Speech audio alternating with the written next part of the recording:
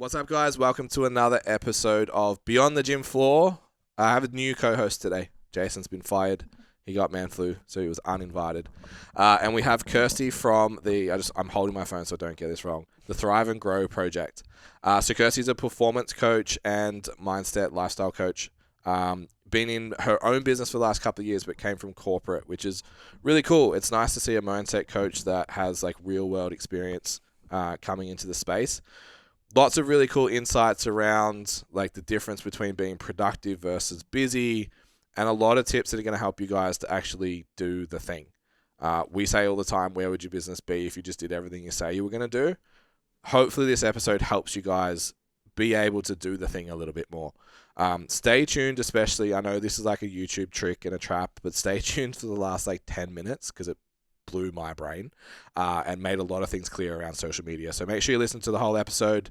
Don't forget, subscribe, like, and if you can, get over to @Thrive and Grow Project and give Kirsty a follow, a like, a bump, a message, DM, some feedback, something. And be sure to check out her Power Hour calls as well. So it's 1 hour to actually set a plans, find out maybe what's getting in the way of your business and why you're stuck at that income bracket you're in now, and allow you to get to those 10K months plus. I'll shut up. Enjoy the episode. We'll see you next week. Damn, mic position, first go. We've got a winner. Just nailed it. Is that where it was meant to be? Yeah, it's pretty spot on. It's the Brittany in me. Yeah. I've been waiting for this day. My whole life. Yeah. How's your travel out to the west? It wasn't too bad, actually. I thought the traffic would be a lot worse than what it was. There was a crash on the other side of the road. Yeah. So that you just had hectic. to slow down to look. Yeah. I was like, ooh, it looked pretty bad, actually. But other than that, it was fine. Yeah. It's so interesting, like you messaged. I always forget to tell people at the house. Yeah. And I was people like, creepy. Yeah. So we had a guy from Canada out who got an Uber, and somehow I sent him the address without the house number. Mm-hmm. So thankfully he'd been in my car the day before, Mm-hmm. so he knew what car to look for. Okay. No phone, no internet, no nothing. Got dropped off in an Uber in this street, which is pretty long. Yeah. It's like 30-degree heat.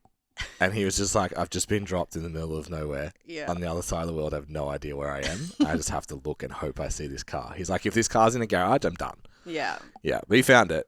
We were just like, why are you so late? Well, when you sent it, I was like, I better check that it's actually a house and you haven't sent me the wrong address. Yeah. But then too, I was like, whose house am I even going to? Yeah. Yeah. And then when I walked in, I was like, hello. Hi person I've never Kirsty. met. Yeah. I meant to message on the way and give Tam a heads up, but that's fine. That's all right. We're here. All right. So we've done a little intro, but let's have a rundown, I guess, I made the joke in my story this morning that when we spoke, I was like, so you're like Wendy from Billions. Maybe a better explanation of who you are, what you do, what that kind of looks like. Yeah. So I'm a performance coach for leaders and entrepreneurs. So prior to starting my business, almost 18 months ago now, I was working in HR. So at the end of 2022, I was made redundant. I was working as the head of people. And when I left that organization, That is a gangster title. Yeah, head of people. Head of people. It's like, that's basically the boss. a tech version of head of HR. Yeah. But essentially, when I was made redundant, I had two options. I could either go and find another role in HR, or I could finally start a business. What that business was, I had no idea. And so like anyone who's just been made redundant, I booked a flight to Bali and spent 2 months in Bali just focusing on myself. I was a bit burnt out by the time I'd finished working there, and just tried to understand what I actually was really good at and what I loved about HR. And I think coaching leaders and developing other team members was massive. Yep. And then I was thinking about what was actually missing when I was in HR for leaders. So what couldn't I find to be able to support our leaders? And I had an executive coach when I was working there, and the difference is they would focus on what you needed to do, but they wouldn't actually focus on who you needed to become to do it. So when I was thinking about putting the Thrive and Grow project together, I was like, okay, how can I mash up all of my experience in HR, go and get certifications in executive coaching, get certifications in life and mindset coaching, and mash all of them together. So I basically bring executive coaching principles and mash them in with life and mindset coaching techniques, and then just focus on the whole individual. Wild. Yeah. Yeah. So I think a lot of people, the way that I approach it, and my mission is to make people perform in the top 1% without burning out. And a lot of that is based on mindset. So 80% mindset, 20% strategy and execution. You could be the best leader, the best entrepreneur in the world, but if you haven't got your mindset locked in, you're not actually going to be able to show up and do the thing and actually execute on what you want to achieve. It's so interesting because you say like it's so the mindset's so important. It's not 80% that, 20% what to do. In our space, it's almost too far the other way. Yeah. In our experience, it's like mindset coaches will say the mindset thing, and you're like, okay, cool. So what do I do? Yeah. And I don't have it. Okay. So I think like having both is like really valuable to be able to say like, okay, this is the thing that you need to unlock, but you also need to take these steps practically as well. Yeah. Because I think in our space as personal trainers, most of us don't come from a corporate background. And I know like being like quote unquote managing director, overseeing a team of 6, 7, now 8 people, like I don't know anything about management. Yeah. So it's like the leadership thing is like, you can, I'm sure, tear me apart. But it's like, I won't. at least I've been doing that coaching people. And we've had a lot of people that like have put trainers on underneath them, or they open a gym or whatever. And then it's like the leadership element, the person to person thing they're kind of good at, but they have no idea how to have like a conversation to tell someone they're doing shit, or like that whole like, oh, it's the compliment sandwich, and like those practical skills. Like I remember when our team was like really expanding, trying to find like practical, because everything was like leadership books. It was like sweep out the sheds and do all that kind of stuff. And I'm like, okay, but like, what the fuck do I do? How do I have a meeting with someone? Because I've never done it before. It's usually like, client, are you happy? Yes, cool. No, what do you want to do about it? Yeah. So it's really interesting to see. And I think through your content and stuff, I can see that you have the balance of both, which is cool. Yeah.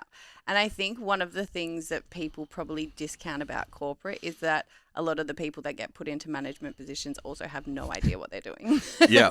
You've either been a really great individual contributor, so you're technically sound in your role, and then you think the next best step is to be promoted into a management position. Yeah. And you're really good at your job, so they promote you into that role, but you don't actually know how to manage people. Yeah. And that's the biggest learning curve that you see in emerging leaders, but also there's a lot of people in senior executive roles that are just kind of working it out as they go. Yeah. It's a really difficult skill.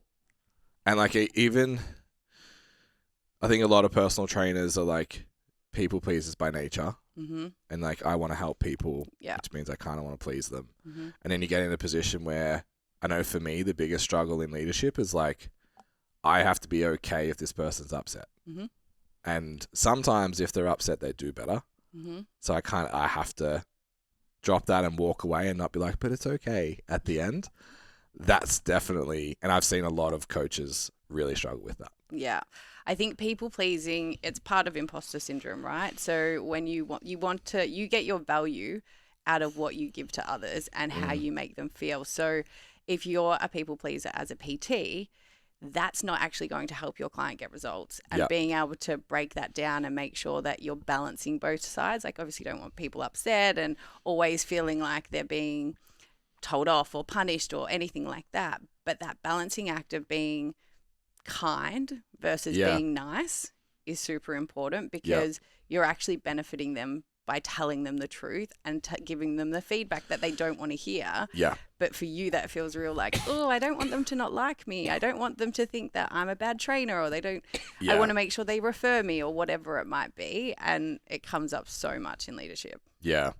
Yeah, it's interesting. It's interesting to like, I had this conversation yesterday, did an interview with a lawyer who's becoming a trainer. And I was just like, in my head, I still feel like what we do is not real. Yeah. It's like, I'm at work right now talking. It doesn't make any sense. I don't know if you feel like that now, leaving corporate, doing your own thing. I think the flexibility, there was a stage when I first started my own business where I was running my business like I was running my job in corporate. So I was up at the exact same time. I was training at the same time.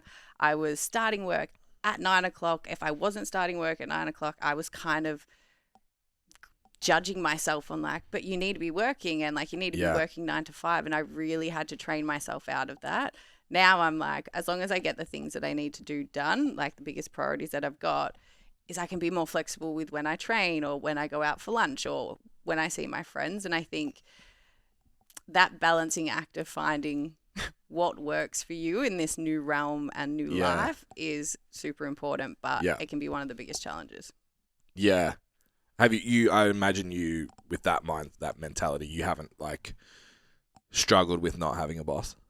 No, not really. I think because I was ahead of a department, obviously I reported into the CEO, but I was kind of left to my own devices. Well, you were the head of people. Tell the CEO what to do. But I was left to my own devices in terms of how my team was run. Obviously, I reported into someone and I collaborated with the rest of the leadership team. However, when I stepped away from that position and into my own business, it's that mentality shift of you're responsible for your results. Yeah. There is no one coming to coach my clients. There's no one coming to write my content. There's no one coming to build my website. There's no one coming to do the things that I've signed up to do. Yeah. And that can be terrifying. And when you realize that the responsibility actually falls on you, you can go two ways. Yeah. You either go hammer and tongs and put your all into it, or you sit in self-doubt and fear, terrified, and don't do anything. Yeah. I had that conversation yesterday too. One of our standout PT girls, she's done PT before, moved gyms, starting again. And we're really big on like, you build your business with the phone. Mm-hmm. Like when you first start in a gym, you're basically a salesperson and you have to get your first 20 clients. Yeah. Then you can think about people are going to refer and like build your reputation and all that kind of stuff. Mm-hmm. But like your metrics are your sales for that first 12 weeks. And you'll know enough to keep them and get a result and then become great. Obviously along the way, we still prioritize that. But we do it just off simple math. And like we can go, if you want this many sessions, that's this many clients, that's this many consults, this many calls all the way through. Mm-hmm. And I was like, okay, so you need to dial the phone 600 times to make $30,000. Yeah. And she was just like, shit. And I was like, if your boss told you that you have to dial the phone 600 times this week, would you do it? Yes. And I'm like, and that's for what, $25 an hour? Yeah. She's like, yep. I'm like, okay, so if you do the 600 dials in the next 10 weeks, you'll make $30,000 in the next 6 months. Will you do it? And she was just like, fuck, I've never looked at it like that. Yeah. But that fear and everything that comes in straight away, it's wild. And I think as well, a lot of people, when they get into business, they're not getting into business because they want to be a salesperson. They're getting into business because they're a really great PT. They're a really great coach, whatever their specialty is. Yeah. And you get put in situations where you have to learn and learn quickly to be able to get the results. And I say that to my clients all the time as well. Like if your boss told you to do something, you would do it. And you wouldn't sit in fear. You wouldn't sit in self-doubt. Maybe you might ask for guidance and advice, but who can you go and get that guidance and advice from now that you don't have a boss? Yeah. And making sure that you're continuously actually taking action instead of just staying complacent and being like, actually, maybe I need to quit my business and go back to that $25 an hour job because it's not working, but you're actually not putting in the time and effort to make it work. So many people do. Yeah. Yeah. And we talk about it all the time, like PT, that first year of personal training is so simple, but it's incredibly hard. Yeah. You're building a name for yourself, right? Like nobody knows who you are and what you do and if you're actually good at it. Yeah. And I think you can either go one way where you just give out a whole heap of free stuff and training and build up the referral base that way. Yeah. Or you can put a structure in place and make sure that you're following that day in, day out. Like if you told me that I would get clients if I called 600 people, I would call 600 people. Yeah. But also, where are those leads coming from? Yeah. Yeah. Fortunately enough, if you're in a gym, there's a couple of thousand. Exactly. To pull, so you're not actively going out trying to learn how to get leads. They're kind of like given to you to be like, this is the thing you need to do. Yeah. This is how you can do it. And if you don't know how to do it, hire a coach. Yeah. This is how you do it. And this is the result you're going to get. What's the thing stopping you from actually doing that? Yeah. It's so interesting hearing you say it like that because like PTs think they're hard done by. Okay. Because it's like you sign up to the gym and like to be fair, it's partly the gym's fault. Mm-hmm. And they're like, oh, we'll give you leads and we'll help you get clients. And the reality is like maybe the first 6 to 12 weeks they'll support you, but after that it's on you. Yeah. So we coach everyone like you're in total control of your business. The rent that you pay to that club allows you access to the facility and the call list. Yeah. And that's it. Yeah. And PTs would be like, oh, there was this whole thing that like health clubs were a scam. And it was like, do you know how expensive like an outlay for a gym, overheads, marketing, all of that is? Yeah. Like $300 a week is pretty cheap. Yeah. For like, people would pay $15,000 just for the list. Yeah. But also, if you think about, like, it's interesting that you say that they're hard done by, because if you said to me as a coach starting my business that you had 600 leads for me to call, I would be like, great. Now I don't actually have to learn how to get leads for the first 6 to 12 weeks. And if you think about the effort and time that you put in that first 6 to 12 weeks, if you make 30 grand and get those clients, the next 6 to 12 weeks when maybe you're not getting as much support through the gym that you work for, you've already like put in the reps and you're actually making progress, which is going to build your momentum to continue to take action. And you've got clients that you can talk about their problems, and you can, like, from a marketing standpoint, you actually know some stuff to talk about instead of it just being yourself, which is cool. Yeah. So is this the term like self-leadership came up in your content? Yeah. Is this like, you mentioned the structure of the day? It's so interesting when you said that, because I'm there now. Okay. So since I've had my little man, like my day is like alarms at 5, I do 20 minutes work, I go to the gym, I play with him, I go back to work, clock starts 9:30, clock stops 5:30, back, and if there's anything left over, I'll do it once he goes to bed. Yeah. And it's like, oh fuck, I have a job now. Whereas like early days PT was like clients in the morning, train, go to the beach, come back, train some more people. The self-leadership element, not having the boss over your shoulder. Do you find people tend to be more successful if they do have that rigid, I start at 9, I finish at 5 and I work? Or I can go for brunch with the girls and still be able to like click back in at 12 o'clock and work again for the rest of the afternoon? Yeah.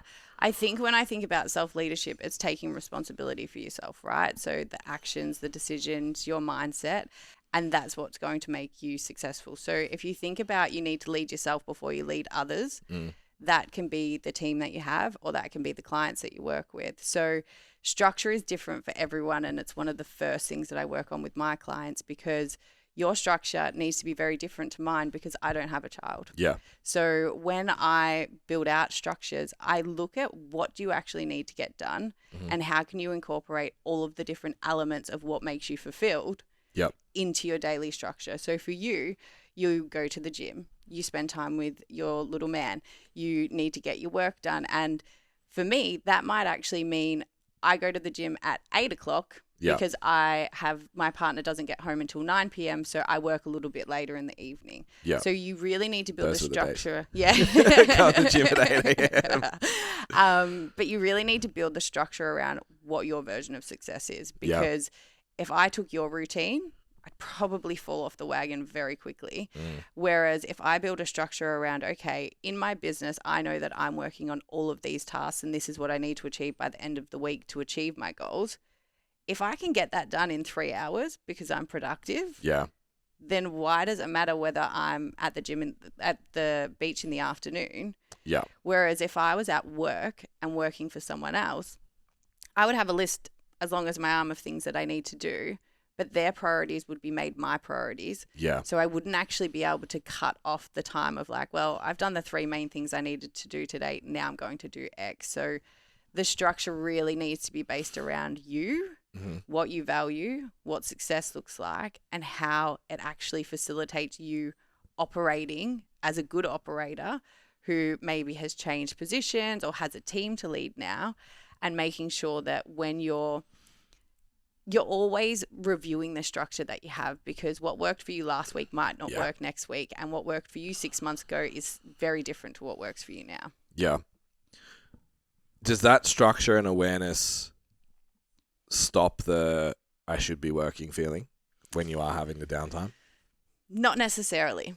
It depends. A lot of high performers struggle with taking rest. Yeah. And they get in their own head and that little voice pops up. Say that you haven't actually achieved what you wanted to achieve that day. You might be sitting there feeling guilty, watching TV with your partner and thinking, I should be doing more. But also it goes in the opposite perspective when you're overworking. So when you're a high performer, you can work, and always think that you need to be doing more. So building that structure and actually having boundaries around maybe your start time or your finish time, especially when you've got other priorities, because you can let work consume your whole entire life. I've done it before. Yeah. It's not fun. Yeah. You end up burnt out and you end up resenting the work that you do because you don't have time for the other things that fulfill you in life. Yeah. Yeah, my finish time's easy. I have a 2-foot dictator. It's like, you better be here at 5:30. I'm burning this house down. Yeah. But a lot of people don't have that, right? 100%, yeah. So especially, and I've been in that loop that like pick up the phone at 6 a.m. and it doesn't go down again till 9 p.m. And it's like I didn't get any more done than I do now, working 8 hours a day. Yeah. Yeah. I think as well, people think that working harder and working extra hours is going to bring them results. But there is only so much time in a day that you're actually productive.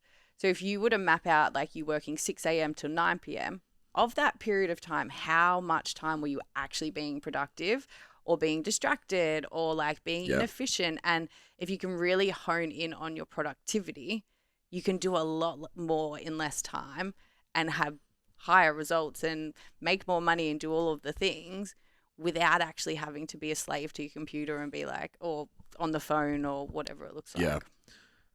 How do you coach that?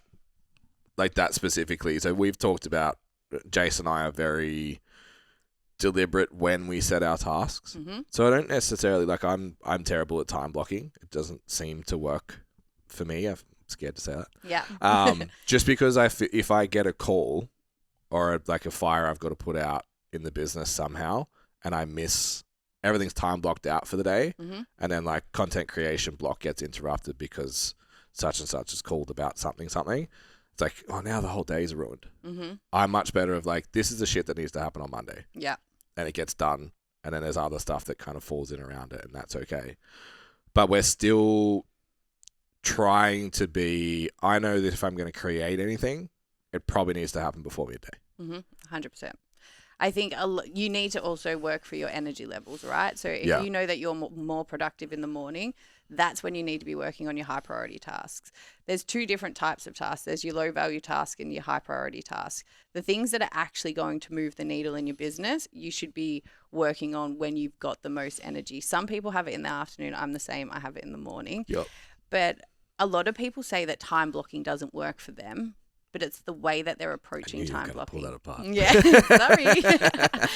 But it can be the way that you're approaching time blocking. So if you've got a calendar and you start work at 9 and finish at 6, for example, and you've got every single minute of that day accounted for time blocking, you don't have time to be reactive to people coming to you with questions or concerns or whatever it might be.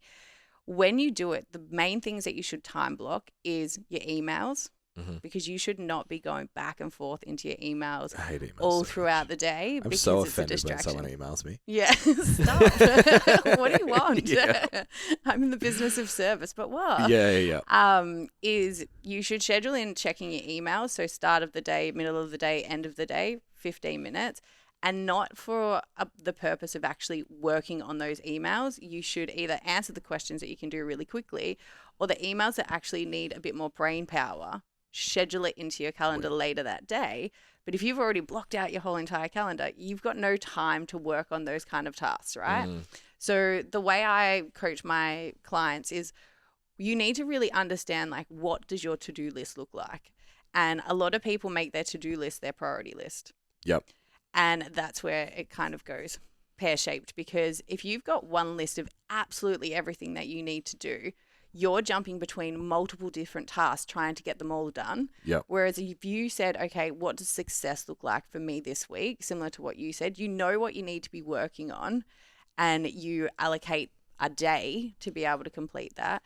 A lot of people early on in business and in their leadership journey don't actually know what they need to be working on. Yeah. So allowing that time for creation, allowing that time to respond to emails, having specific times in there for breaks and prioritizing rest throughout the day, making sure that you're always thinking about, okay, how am I actually going to feel accomplished by the end of the day? So the day can get away from you. You can be running around doing whatever, excuse me, and you never actually end up achieving anything. Yeah. And then at the end of the day, you're like, what a waste of time. Yep. Why did I even bother? Busy doing nothing. Busy doing nothing. And Yep. it's the difference between being busy and being productive. If you have a structure and you have it scheduled, you're more inclined to do it because you've removed the decision fatigue. Yep. You know what you're working on, when you're working on it, and how you're actually going to do it. When you don't, you're like, I've got to do all these things today. And then you need to remove those unnecessary choices of what you're going to do and when, because I could come into work at 9 o'clock in the morning and be like, okay, this is my list to do today. Where am I going to start? Yeah. I'm usually going to find the easiest task to do. So even though your energy is better in the morning, you're going to find the easy one that you can tick it off. You get that little dopamine hit. But what you end up doing is you do all of these low value tasks. And then come the end of the day, you're like, oh, I didn't do the thing that was actually going to move the needle. Yeah. Yeah, it's interesting. I know we're way off the kind of flow, but that's fine. something that came up with the email thing. So I'm terrible at having like Instagram open, WhatsApp open, emails open all the time. And I've read enough to know that I shouldn't do that. Yeah. I think with PTs, you kind of feel on demand all the time. And to the point, like, we really encourage people never to say it, but like 24/7 support is like such a common line. It's like, you're not replying at 3 a.m, so don't say it. Yeah. But B, I'm getting better at it, and I've put some strategies in to help. So like when I sign a client up now, I'm like, I will only respond to you if I'm on my computer. So WhatsApp goes up on my computer, and then it's like, if I have, like this morning, it's like, cool, I've got 30 minutes and I can sit and reply to these properly, not open them on Instagram, be like, oh, I'll get back to that later and forget. Yeah. Biggest thing I've struggled with, I think the peak I've seen mine at is like 220 notifications a day on my phone. The notification anxiety of like, I need to deal with that now. Like the idea of you saying like, hey, you should see that email and then just do it later. Yeah. Get it. But I'm also like, but it's like here, burning a hole in my brain. Yeah. How do you deal with that? So I think there's two parts to the email part, right? There's things that you can respond to very quickly. It might be a yes or no answer, or it's just something that you can run off. The things that you should schedule for later, it takes a little bit more work for you to do. So like if you've allocated half an hour to do your emails, and one of the emails is going to take you 15 minutes because you've got to do a number of different things, it's not the right time to actually work on that thing. Yep. I think this always on perception is through lack of boundaries. And I think making sure that you've got boundaries in place to protect your time and energy, but also that you're setting really clear expectations with your clients. So for example, in my business, I respond to WhatsApp messages within 24 hours. Yep. From Monday to Friday between 8 a.m. and 6 p.m. Yep. I do not respond out of those times. Yeah. And it sets that expectation that they know that I'm available and I can support them, but I will get back to them when I have time in between other clients, PT sessions, whatever it might be. So also communicating boundaries around how much they're actually contacting you. Yep. And what they're contacting you about. So those 200 notifications, what is that? Am I sending you 10 notifications? Like, am I writing one line, and you're just getting like ping, ping, ping, ping? Or how are they showing up? That would be across the board. That's like text from the group chat for work and the group chat that's not work, and like my wife and my friends and all of that combined, but it's also clients that are kind of back and forwards and all that kind of thing. Yeah. I think the biggest difference for me has been that like I will respond, like you said, in that kind of business hours time. I don't say business hours because like Friday, generally you won't hear from me at all. And if you do, it's not till 3 o'clock because Yeah. I'm traveling, I'm here and all that kind of stuff. Yeah. So it's just like, it could be a day or two. Usually it's 24 hours. Mm-hmm. So that, like you said, boundary Mm-hmm. has made a really big difference. But I Yeah. know as a younger coach was like, I have to, if I don't respond right now, the service isn't good enough. Yeah. And I think it's what you make it mean about you, right? So if you can understand and set the expectations early with your clients on what the service looks like and how you will support them, Yeah. it's not going to be good enough because that's what they're expecting. Yeah. If you set the expectation and actually don't respond or do the thing that you said that you were going to do. Yeah. Don't it's advertise a very 24/7. different story, right? And I Yep. think we can put so much pressure on ourselves to make everything perfect and make sure it's kind of back into that people pleasing tendency of like, I want to make sure that they're supported and they always feel seen and heard. But it impacts my time and when I'm working, like doing things with my family or whatever. And there's nothing worse than, I've seen a lot of entrepreneurs do this, is like you're at a dinner and they're responding to their clients at dinner. Yeah. And then the client responds and then they feel like they need to respond in that moment. Yeah. And you are essentially setting the expectations for how you operate and Yeah. what your ways of working are. So you really need to, at the start, when you start your business, is really understand what your boundaries will be, set them before you start, communicate them. And the hardest part is stick to them. Yeah. Because when Yeah. that message comes in late at night, you're like, oh, only take me a minute to respond. But I guarantee that Sally, the next day, will message you at Again. 9:30 and Yeah. the next day. And then that be will upset just, when you don't the next time. exactly. Yeah. Yeah. Yeah, it's interesting. It's a big rabbit hole, that Yeah. one.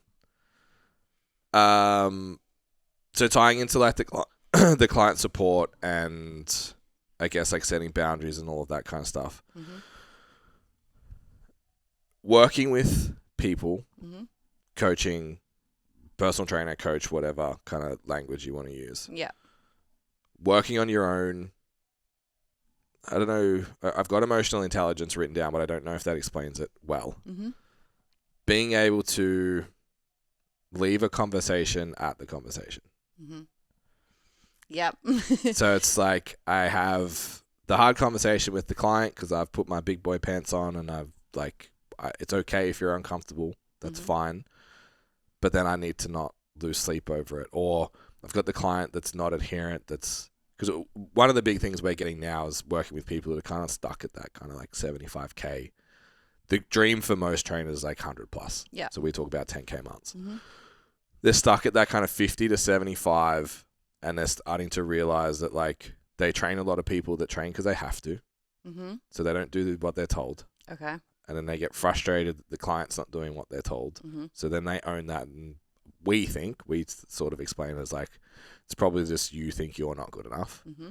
So you're taking that on and then you're frustrated at them because that's a bad reflection on you. Mm-hmm.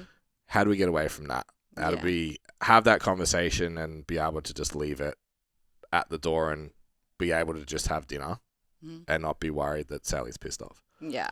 So I do think it comes back to emotional intelligence. So if you think about that self-awareness, it's building the self-awareness to know that you are enough Mhm. in what you're doing, but then it's the ability to self-regulate.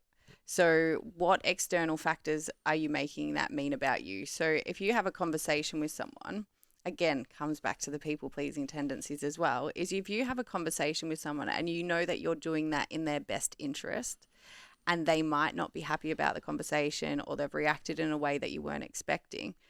When you step away from that conversation, being able to actively self-reflect on that conversation, on did I do everything in my power to make sure that that was a constructive conversation? Reflecting if you maybe approach the situation not how you would have wanted to. Yep. Sitting in reflection and understanding, okay, how could I have done that better? And then the next time you have a conversation with someone, you will approach it in a very different way. And being able to self-regulate your emotions is, if you think about it as a coach, if you are giving someone feedback and it's a difficult conversation, you're worried about their reaction. It's uncomfortable for you. It's also uncomfortable for them. Yeah. And making sure that you're going into it with the approach that it's to benefit them even how they react should not affect you when you walk away. So if you think about, okay, I had a conversation with Ben and he reacted like he couldn't believe that I was saying that thing that I said to him. And what are you making that mean about you? Are you making that mean about you that you don't know how to have difficult conversations, that you're not a good coach, that the way that you've been coaching is the reason that person had to have that conversation? Like, how are you making that mean something about you, which is actually attacking more so your ego versus the process? Yep. So what strategies would you say to try and manage that a little bit better? I think it just comes back to the self-reflection piece. You really need to, people tell you to self-reflect all the time and nobody does it. But you can really tell the difference from someone who is emotionally intelligent on how they support their clients. So if you work on your self-awareness, your self-regulation, also empathy, I think empathy is a skill. You need to be able to build that over time. If you work on your self-reflection, whether that's daily, weekly, monthly, quarterly, if you're not doing it at all, just put it in somewhere in your life. Yeah. But being able to really sit and learn from the lessons, understand what you're doing really well, because one of the things that we tend to do is we reflect on the things that we did poorly or that we think we could have done better. Yeah. Whereas I'm sure there's multiple conversations that you've had with people that were difficult, but actually helped you to get them to achieve that result and left them feeling amazing. Yep. But instead of focusing on those conversations, you're always focusing on the difficult ones instead of being like, this is a strength of mine majority of the time. Yeah. This was a conversation I've never had before.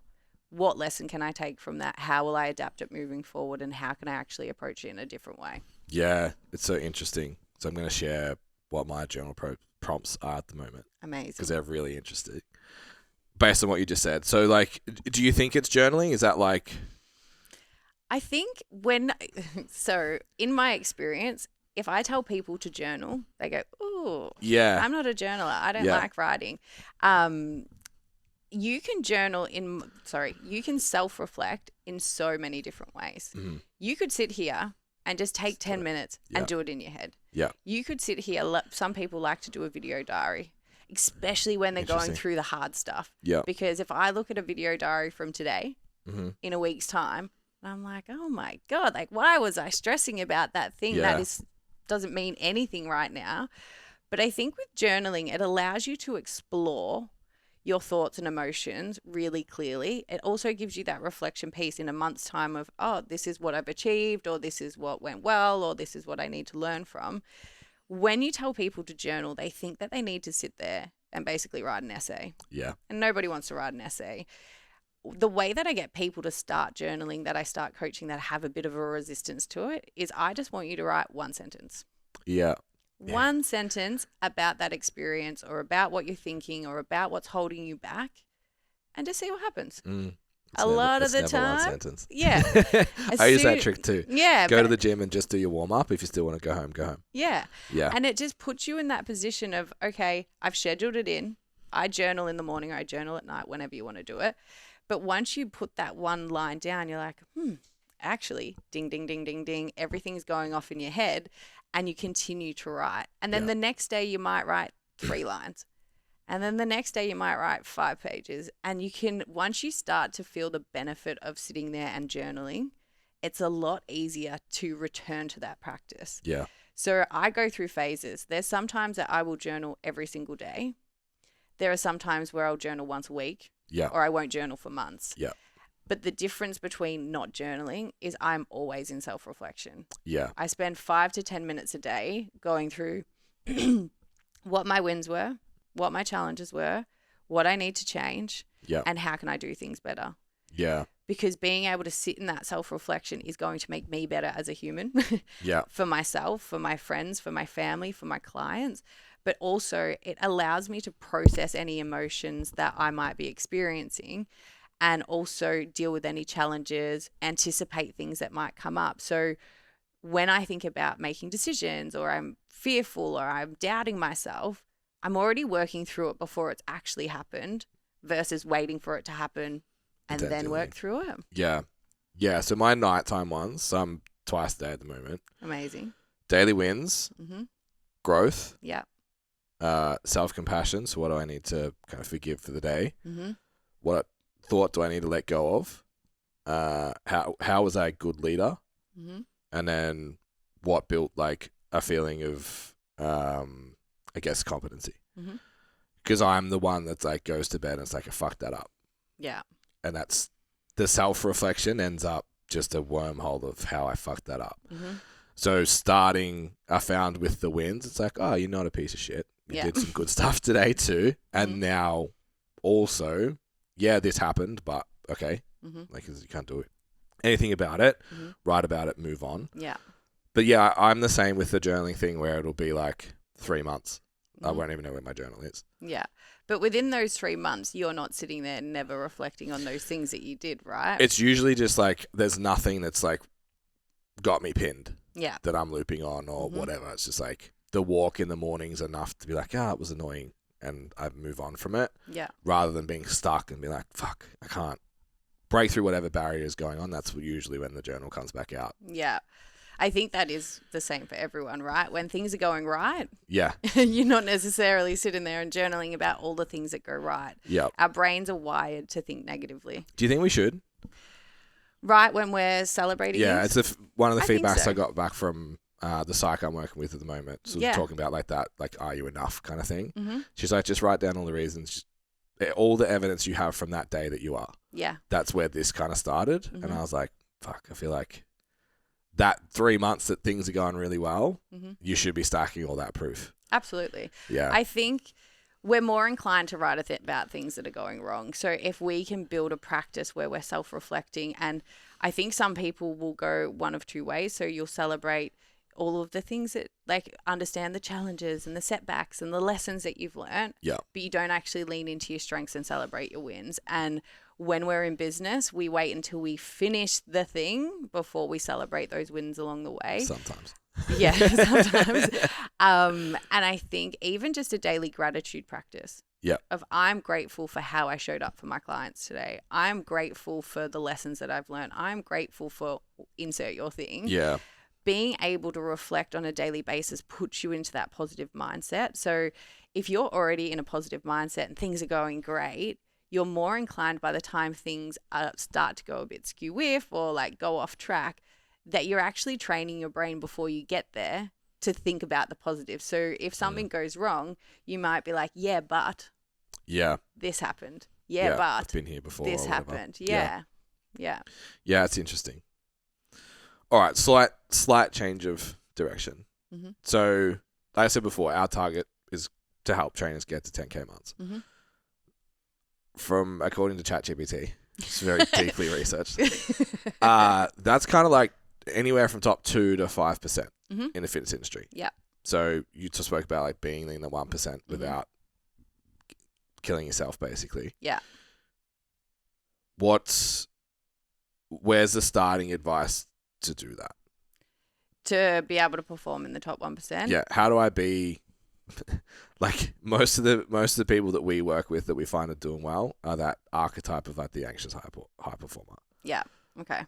So if you think about the people, so give me a little bit of context around the people who are in the top 2 and top 5, 2 to 5%. What are they actually doing? What are they actually doing? It's a good question. So obviously they've built clientele through that phone call model usually. Yeah. Done that first year or two, got themselves on their feet. Mm-hmm. Usually their business sucks. They're just good at training people. Yeah. So they're busy all the time but not productive. Yeah. They're avoiding that next step work. Mm-hmm. Like they don't want to post because they're worried what other trainers will think of them. Mhm. They don't want to put out content for the same reason. Mm-hmm.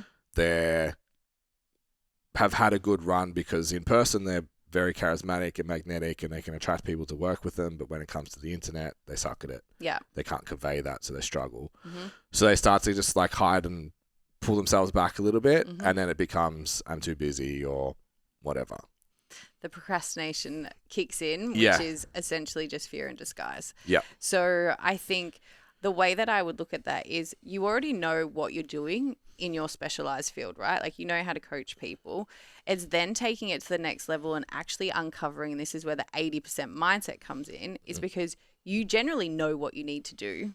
You're just actually not willing to show up and do that thing. So if I think about like the posting online, a lot of people have a fear of judgment, fear of embarrassment, fear of failure, fear of failing publicly. Like, oh my God, imagine if that person I worked with 10 years ago sees me posting this and then my business fails. So understanding what's actually holding you back to be able to achieve what you need to achieve. And that posting thing comes up a lot with entrepreneurs, and people aren't out there judging you. Like we worry about what people think way too much, and people aren't thinking about you. Yeah. They are just generally not thinking about you. And I think if you want to be able to perform in the top 2, top 5%, you need to look at what those people are doing. And you need to be able to implement that into your life and your business. So that comes back to structure. What are you doing day in and day out in your business to make sure that you're actually going to achieve that? And if you're not doing the thing, and this comes back to the procrastination, we always procrastinate on the things that we don't feel comfortable doing, that we don't think we're like good at, or that isn't like pushing us outside of our comfort zone or pushing our edges. And I think really honing in on the mindset and who you need to become the person who is in the top 2 or 5% is what's going to unlock it for you, because you can be the greatest coach in the world and greatest trainer in the world. You get all of these amazing results, but if no one knows that that's what you do and how you do it, cool. Yeah, you stay at the same clients forever. But you'll stay with those same clients, and you look at people who have done what you've done before, and you take the lessons that they've learned, because it's going to help shortcut you to achieving it yourself. But also it allows you to make it your own. So you can go, okay, they've done this really well. I don't really like jumping on. Like I do a lot of talking head videos, and some people hate those, where that's like kind of like, that's my wheelhouse. Like I'm better at talking head than trying to come up with a carousel and give you 5 tips about doing X, Y, Z, if that makes sense. Yeah. So really honing in on who you need to become, but also what approach you want to take. So we all have values in life, and how we build our business should be built around our values. So, okay, if you value connection, do you want to do in-person events? Do you want to do different things? How are you actually going to stand out against your competition and actually show that you're a good trainer, but you also know business? Because that's the next step of understanding how to actually operate a business, which nobody got into business to do, but everybody actually has to learn and do it. Yeah. There's a couple of things that come up through that. So we talk a lot about like the be, do, have mentality. Yeah. And for trainers, it's really easy to paint a picture of like a lot of the people we're involved with are either in like performance sport or like physique sport or whatever. Yeah. It's like you don't become a bodybuilder on the day you're on stage. No. Like it's 2 years before all the training, and then it's 20 weeks out when you start the diet, and you behave like a bodybuilder for an extended period of time, and then you put on the fake tan and now you're a bodybuilder. Yeah, the fake tan. Yeah, so it's like the same concept, like that be, do, have idea. It's like, well, you have to behave like the person that's already in the 2% to become the 2%. It's not like you can change your habits once you get there. Yeah, and I think people think it's embarrassing. So say you're a new PT and you've got 100 followers on Instagram or wherever you're advertising your services. Showing up to 100 people, if you were in a room with 100 people, you'd be like, whoa, that's actually a lot of people. Or if you've got 500 people following you, showing up and doing the thing and failing early and learning the lessons when there's less people is less scary than building your following and then starting to try and show up and do that same thing. And I think people get so caught up in the fear and their self-doubt and making, like, if they get no likes or comments, what they actually make that mean about them. And it doesn't mean anything. It just means that I've scrolled past, I liked what you said, but I just didn't bother to stop and comment or whatever it is, right? And then you see people drop into your DMs and they're like, oh, I seen that video about this. You're like, oh, well, no one commented on that or no one liked that. Or like, oh my God. We used to bang our head against the wall with clients to be like, oh, I really liked this post. You're like, I know you didn't like it. Yeah. And I know you didn't comment on it. Yeah. I hate you.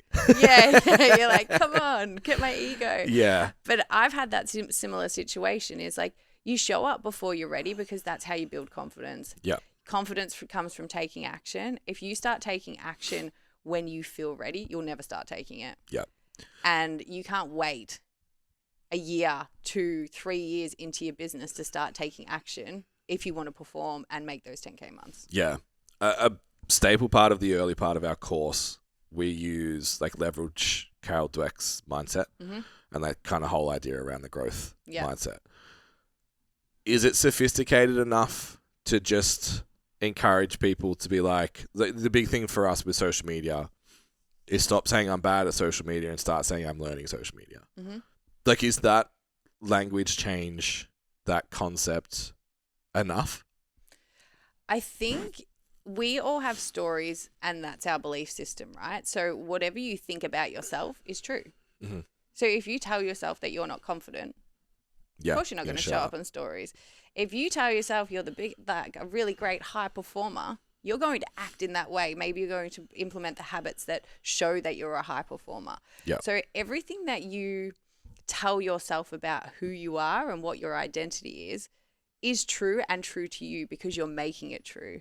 I think you need to really understand what belief systems that you have. What proof do you have in place like that have you experienced which tells you that you're not confident? What experience do you have that actually circumvents that thought that you have and says, actually, you've got 10 pieces of proof that shows that you are confident. You've just not done this before and you are still learning. I think the one thing I see with the growth mindset is you've either got a fixed mindset or a growth mindset, or you're learning to grow a growth mindset. And we can find ourselves trapped in comparison. We can find ourselves trapped in self-doubt, all of these things. But when you start changing the stories that you tell about yourself, I do a lot of work with my clients on this around their limiting beliefs, and it's a bit of a buzzword in the mindset space, but the beliefs that you have about yourself will either propel you forward or they'll limit you. And it's up to you to work with someone, if you can't do it yourself, to start to change those beliefs. And you change those beliefs by getting more confident and taking action, but also rewriting those stories and really delving into, why do you think that way? What proof do you have? What proof do you have that it's absolute bullshit?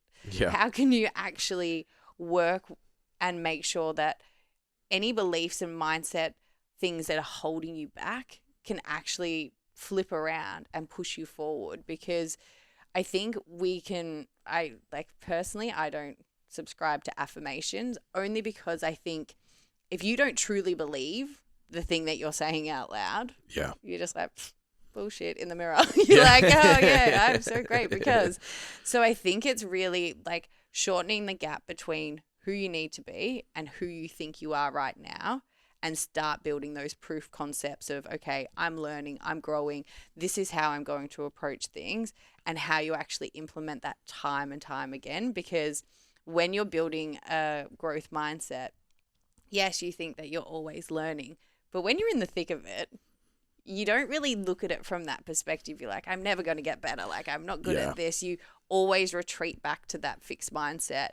And it takes a lot of time and effort to really rewire your brain to think about it in a different way. Yeah, it's interesting. It's kind of halfway between the affirmation crowd and then the hormozy, just like, you need an undeniable stack of proof. Do it anyway. Yeah.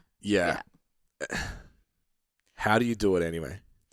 I think if you don't have proof, you need to build proof. But also I think I always say to people, there is one decision that you need to make, and that decision is going to be the right decision. Whether in 10 years time you look back and you think, ooh, like, why did I do that this way? Or I should have done it like this, or whatever it might be. You need to be able to go, okay, I'm in a position right now where I don't know everything. I'm still learning. I'm a beginner, wherever you are in your journey.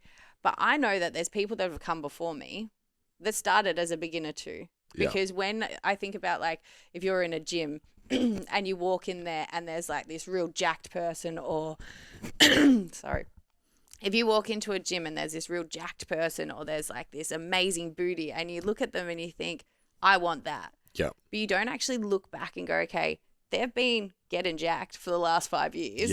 They are consistent with their meal plan. They're consistent with their routine, all of that kind of stuff. And I'm just stepping in off the street, I've never trained before, or I've been off training for 2 years, and I'm comparing myself to that person who's been spending 5 years doing it versus the person who I am right now, and I'm a beginner. Yeah. So meeting yourself where you're at is so important. I think we jump the gun to be like, I'm a business owner, I should be making 100K a year, and I started 2 months ago. Yeah.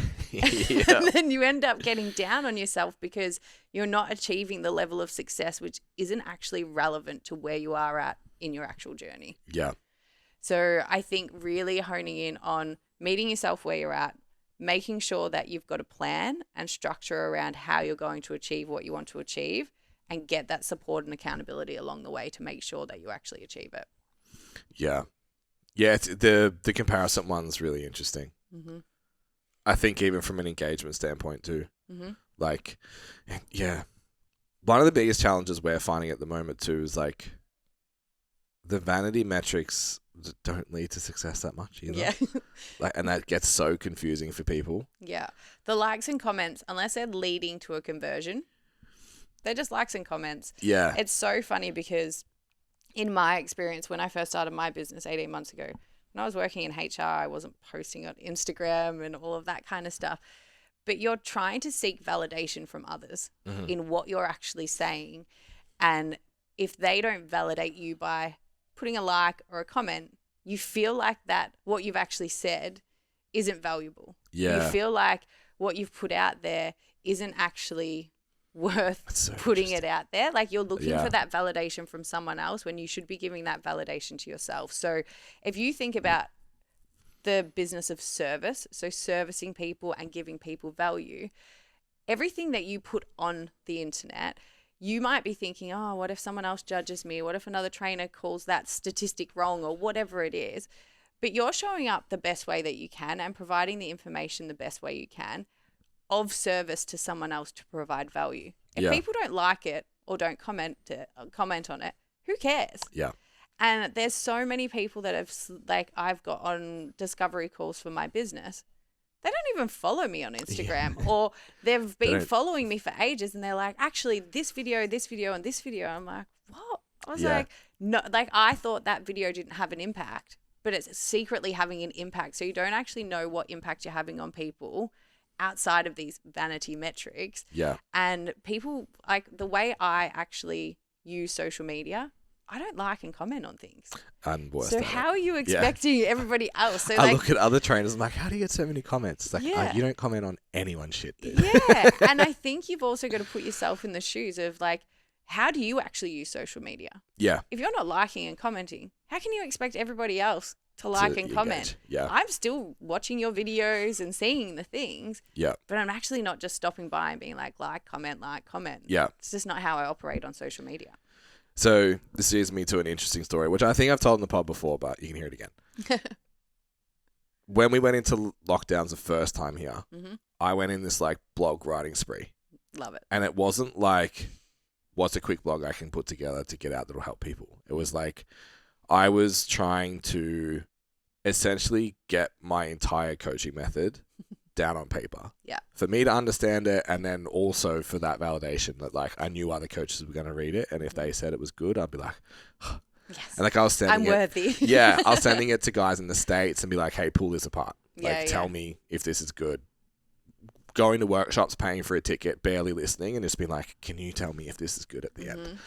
So I did like one a month, I think. I hired an editor. It was like the first time I was like not just a kid that trained people in the gym. Yeah. It was like the first attempt at anything kind of media based. Obviously was posting content, but never to this level. And I started getting like better athletes. So I was into powerlifting, and all of a sudden I had a couple of like, your numbers are already national standard, and like you're already a weapon, and I just get to just structure it, and you're going to be even better. Yeah. And it was probably 3 or 4 conversations I had. And I was like, what like made you reach out to me? Because a little bit of imposter syndrome. Like, I'm just a guy that trains at a health club. Like, and I'm not a good athlete. Like, what's going on? They're like, oh, you just really seem to know what you're talking about. Like, I've seen some of your content, blah, blah, blah. I'm like, oh, like, what have you seen? They're like, oh, I saw a couple of articles. I'm like, oh. And because I put months into them, right? So I was like, which one? And they'd be like, oh, I think it was this one. Like, oh, like what in it? And then within 30 seconds, I was like, you haven't read one of them. Yeah. It's the tile on Instagram that says I exist off Instagram. Yeah. And I wrote something complex that you were like, that guy must be smart. Mm-hmm. And that was it. Yeah. I was like, fuck. And that changed how I looked at content at the time. Mm-hmm. And I think only in the last 6 months have I really, maybe even less, got on top of it. So I run our STC Learn channel and my personal one. Yeah. And what you were saying there in terms of like seeking validation, I used to battle with, I'd make content that on paper was good. Yeah. But I wasn't in it, if that makes sense. Like it wasn't a part of me put on the internet. Yeah. Which means like, oh, it's not authentic or it's not whatever was the feelings that I would have. And then the most recent STC campaign that I made, wrote it in 90 minutes, filmed it in 60 minutes, sent it off, got it produced, and didn't touch it after that. It just went up. Yeah. Probably the most successful campaign we've ever run. Yeah. And I was like, okay, this is really interesting. So instead of trying to get the validation from this is my inner thoughts, absolute representation of who I am as a person in one carousel, it was like, what's the client's problem? How I solve it? And how do I make it somewhat entertaining? Go. Yeah. Put it out and not even look at the metrics until a week later and look at the data and move on and look at the data and move on. Yeah. And it was more successful. Yeah. So now I'm like, okay. What have I been doing? Yeah. So from a validation standpoint, it's like, well, the validation needs to come with the coaching outcomes. Like, that's where I place my value now. It's like, even with my one-on-one coaching, it's like, the thing I have is like, aim up. It's like, cool, your PB, your deadlift, but is your life better? That's kind of like my coaching mentality. And then obviously in business coaching, is like, I don't want you just to make more money, be more fulfilled, have more time, like have a better life. Yeah, yeah. So, yeah, I don't know how to pass on that shift, but I think it's impossible to say to like someone in their first year or their first 5 years to be like, hey, don't put any self-worth on your content. But do you think that's what the successful people are doing? So I think content's a funny game, right? Because you think people want a specific type of content, and what we end up doing is we try proving ourselves in our content. Yeah. So if people know that I know everything about this topic, then they're going to trust me to be their coach. Yeah. Whereas actually people don't care that you know what you know to the extent that you think that they do. So when you're, like you said, moving to that problem and solution and how you can actually help them is super important, because they can self-identify with the problems that they have. They can see that you know your stuff and you can provide a solution because you've done it before. Yeah. And then they can get to know you and how you operate and see if that's actually for them. So understanding that if you're looking for validation through your content, you're probably never going to get it. You need to be able to give yourself that self-validation. So really honing in and knowing your own worth, and that you know your stuff, and that when you put content out there, regardless of what anyone thinks or says or anything like that, it is still worthy content, and don't make it mean anything about you. Yeah. When it's the ego side, right? Like you put something out there and you're like, it's like the, when you put so much time and effort into a video and making it like perfect and it goes to nowhere. Yeah. It's like it gets in the 200 jail or whatever it is. Yeah. And you're like, oh, I thought that was really good. Yeah. And then you just whip up something like walking down the street or like on a walk or whatever it is, and it goes gangbusters, and you think, what was the difference to that? And it's a different mindset when you're approaching that content. One's a proving mindset and one's a serving mindset. So when you're proving yourself, you're more inclined to try too hard and actually overextend trying too hard. But when you're in a service mindset, looking at the problems and the solutions that you solve, you're serving them in a different way that actually doesn't feel weird to them. About like, it's almost like taking it out of like a journal, like a video journal of yourself and what you do and how you do it and things like that, and actually making it about the person that you serve versus the person you are. Jesus. That's clip that. Boom. All right. 90 seconds before we get buzzed off. Okay. That went quick. How do I flip from proving myself to serving say with content, because it's the number one struggle that we get. Yeah. Without spending 14 years in the career like I have and having hundreds of transformations that I finally am like, oh, I'm actually good at my job. Yeah. Hire a coach. I think in terms of moving from proving to serving is understanding your why. Like, what is the why behind your business? Everyone got into business for a reason. Some people get into business for money. Yeah. Some people get into business for time freedom. But a lot of people actually get into business for the impact that they want to have on people. And when you think about that impact, what can you do to help people know that you make that impact? Show them that you're the right person to help them achieve that, and also take yourself out of the equation, because you can still get that person that result that they're looking for regardless of your ego and what you make anything mean about you in your content. So when you move away from proving, you're almost like begging people to be like, yeah, she's really great. Yeah. Or yeah, he's really great. And it's like, when you move out of that proving and into serving, it allows them to see themselves. And you really need to make sure that you're focusing on your client and not yourself, because I'm not my client. Yeah. I was my client 5 years ago, 10 years ago, but I'm not my client right now. So my perspectives and the things that I think about things, great concepts, yes, but where I am in my journey, if I'm just talking about me all of the time, trying to prove that I know everything and this is how I can do it, I'm probably speaking to the wrong person. Yeah. Because that's not actually who I serve. That's the evolved version, and cool, I've got all this information and wisdom I can share. However, your client is probably at a very different stage in their journey than where you are. So you kind of have to meet them in the middle and prove that you are a good coach, but not by actually begging and proving in a way which is like, me, and actually put the onus back on them and how you serve them versus going down that route. Epic. That was really cool. Cool. That sounded like a ramble at the end. No, that was really, really good. Yeah, and thankfully it was 11 minutes, not 1. I just couldn't see the 1 on the timer. So we're fine for time anyway. Tell everyone how to find you, where do we go, and like, is there anything special that, like, what area of your business do you think like PTs are going to get a benefit from? Yeah.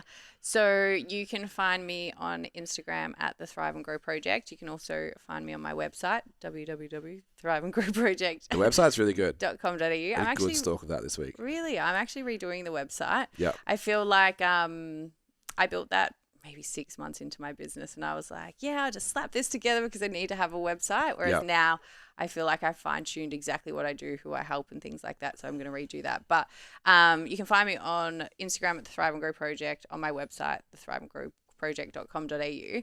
I think in terms of PTs is there's a lot of things. It's mainly around clarity, and I work with a lot of people on a one-on-one basis just for a power hour of clarity, or they jump into call packs. And I think when it comes to that 80% mindset, people generally don't take action because they don't know what they need to do, why they need to do it, and the goals that they're trying to achieve. And the way that I work with clients in terms of the power hour of clarity is we create a plan. And we break through your procrastination. We move through any fears you might have, any mindset blocks, like understanding what's holding you back to be able to create a plan and put it into motion, because a lot of people are scared to make the wrong move, to make the wrong decision. Whereas when you sit down and you actually go, okay, this is what I want to achieve. This is why I want to achieve it.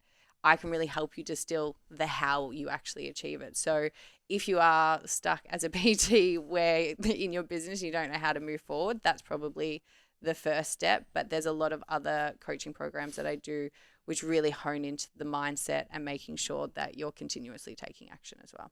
Yeah, I love it. And I'll speak to that from my own experiences as well. Like, I probably started seeing psych performance coaches kind of, I was like, I don't need a psychologist, I need a performance coach. Yeah. So I found someone that did both and then just did psychology, to be honest. Yeah.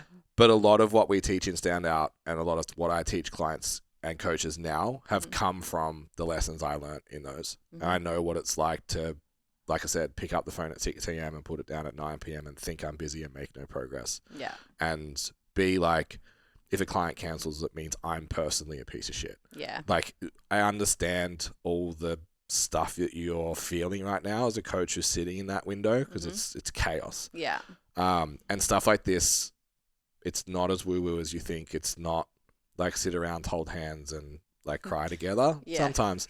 But it will actually help how you approach your day-to-day, and it will impact how the results you get for your clients, and it will make life way more enjoyable for you. Yeah, absolutely. And I think as well, people, when they think about mindset, there's so many mindset coaches that have come out of the mix since COVID, right? Yeah. But it's applying it in the right way. So how are you applying it? If you're just like, I want to have a great mindset, what does that actually mean? Like, what do you need the mindset for, and how are you actually going to practically put that to use? So if you want to start a business, if you want to show up on social media more, uncovering what's holding you back and what the fears are, the self-doubt, all of these insecurities that we have that we kind of don't recognize, and we just think that's me. Yeah. That's who I am. Being able to take the time to actually reflect on that and understand yourself on a deeper level and build that emotional intelligence, like you said, helps you to, one, for yourself, but also support your clients in a very different way. And if they start thinking a certain way, you're probably a bit more familiar and have that self-awareness yourself to be like, ooh, actually, I've experienced that, and this is how I've worked through it. And then you also get a toolkit to be able to help yours, not to be a mindset coach for them, but like be able to have that social awareness to be like, hey, this is what's going on. Yeah, it's what coaching is, right? Yeah. It's like emotional support and being able to, your job is to get the person to do the thing. Yeah. They can download a program anyway. Yeah. Yeah. Absolutely. Awesome. Thank you so much. Thank you. We tune in on Wednesday on the STC Fit episode as well. Kirsty will be over there too. Cool. Talking about how to get better results for your clients. Awesome. All right. Thanks, guys. Thank you. See you next week.